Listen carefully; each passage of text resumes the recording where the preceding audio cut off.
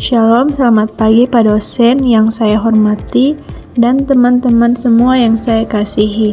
Perkenalkan, nama saya Patricia Olivia Mole dari kelas 157A05 dengan NIM 15220125. Pada kesempatan ini, saya akan mempresentasikan tugas yang diberikan oleh dosen mengenai topik yang pertama mengenai Tritunggal, yaitu Allah Bapa, Allah Putra, Allah Roh Kudus. Tritunggal. Tahukah kamu, kata Tritunggal tidak ada di Alkitab. Lalu, dari mana kata Tritunggal muncul?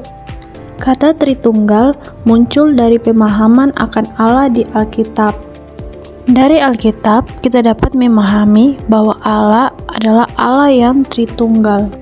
Allah Bapa, Allah Putra, dan Allah Roh Kudus.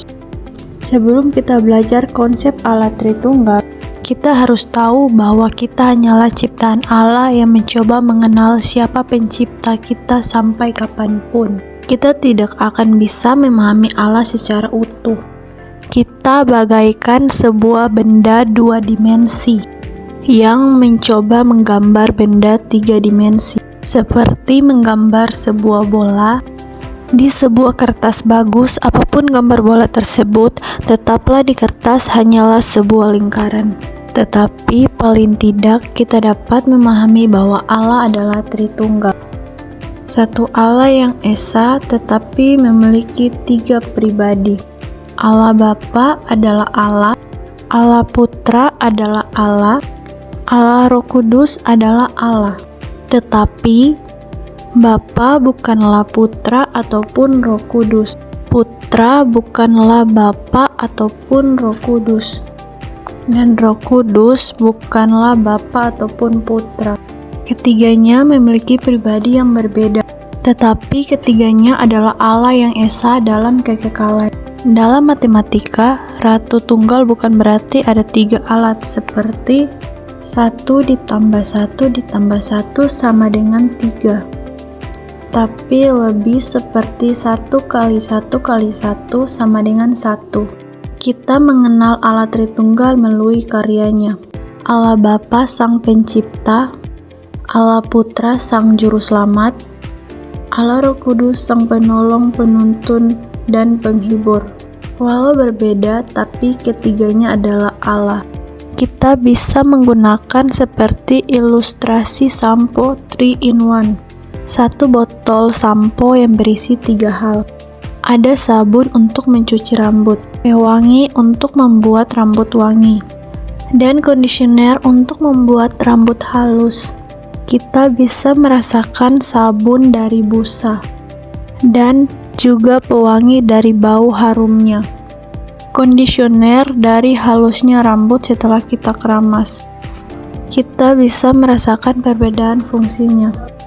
Tetapi kita tidak dapat memisahkan ketiganya, karena ketiga-tiganya adalah sampo.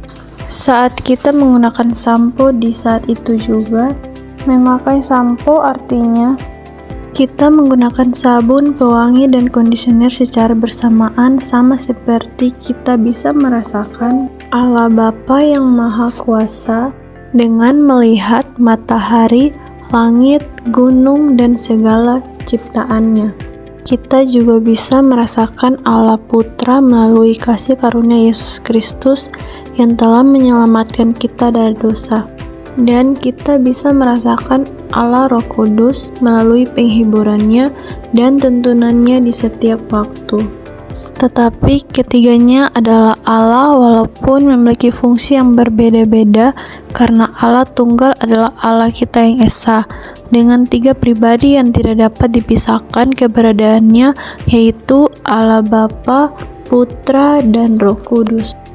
Pada poin kedua, yaitu manusia menurut iman Kristen, kamu sendiri percaya manusia diciptakan langsung oleh Tuhan atau lewat proses evolusi seperti kata sains. Selanjutnya mengenai penciptaan manusia. Saya percaya bahwa manusia diciptakan langsung oleh Allah, bukan hasil dari kebetulan atau sekedar proses evolusi tanpa arah.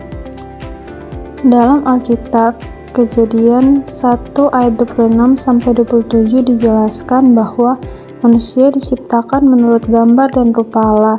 Ini menunjukkan bahwa manusia memiliki nilai yang sangat tinggi dan dimuliakan di hadapan Tuhan. Manusia diciptakan dengan tujuan yang mulia, yaitu untuk memuliakan Allah, mengasihi sesama, dan mengelola ciptaannya dengan tanggung jawab. Meskipun sains berbicara tentang proses evolusi, saya percaya bahwa di balik semua proses itu tetap ada rencana dan kuasa Allah yang bekerja. Sains dan iman sebenarnya tidak harus saling bertentangan, karena Tuhan sendiri adalah sumber dari segala hukum Allah. Dengan akal budi yang diberi oleh Tuhan, manusia justru dapat mengenal dan memahami kebesaran ciptaan Allah melalui ilmu pengetahuan. Sebagai orang Kristen, saya meyakini bahwa hidup ini bukan kebetulan. Tuhan menciptakan manusia dengan kasih dan kehendak yang jelas. Setiap orang dipanggil untuk hidup dalam relasi dengan Allah dan dengan sesamanya. Kesimpulannya, menjelaskan konsep Trinitas kepada orang lain memang penting, tetapi harus dilakukan dengan kasih dan kebijaksanaan. Sementara itu, sebagai manusia yang diciptakan oleh Allah, kita harus menyadari bahwa hidup ini adalah anugerah dan memiliki tujuan yang kudus. Kita dipanggil untuk memuliakan Tuhan, melayani sesama, dan menjadi saksi kasih Kristus dalam kehidupan sehari-hari. Dengan demikian, iman kita bukan hanya diciptakan, tetapi juga diwujudkan dalam tindakan nyata.